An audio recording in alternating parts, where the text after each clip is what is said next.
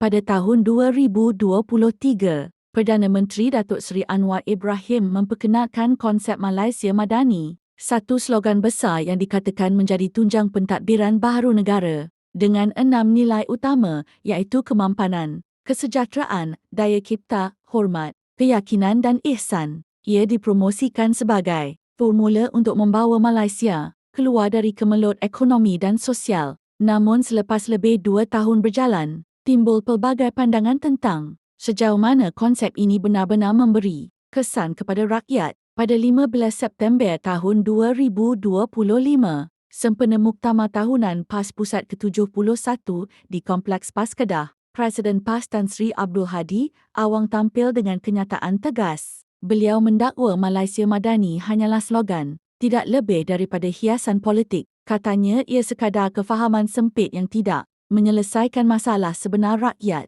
tidak membawa dasar jelas dan tidak mampu memberi jalan keluar kepada isu besar seperti kos sara hidup, jurang ekonomi dan tekanan sosial. Hadi menegaskan bahawa slogan yang indah tanpa pelaksanaan menyeluruh hanyalah retorik dan bagi PAS hanya sistem berteraskan syariat Islam yang boleh memberi penyelesaian sebenar kepada rakyat, bukan sekadar label baharu. Kenyataan ini disambut dengan pelbagai reaksi. Ada yang melihat ia sebagai kritikan tajam yang wajar kerana rakyat masih terhimpit dengan masalah harian. Ada juga yang menganggap ia hanya serangan politik menjelang pilihan raya untuk melemahkan kredibiliti kerajaan perpaduan. Hakikatnya, isu Malaysia Madani kini menjadi medan pertarungan naratif antara kerajaan yang mahu mempertahankan konsep ini sebagai gagasan besar reformasi dan pembangkang yang mahu menolaknya sebagai slogan kosong. Persoalannya, adakah Malaysia Madani benar-benar mampu mengubah kehidupan rakyat atau akan kekal dalam sejarah sebagai sekadar kata-kata indah yang tidak berisi?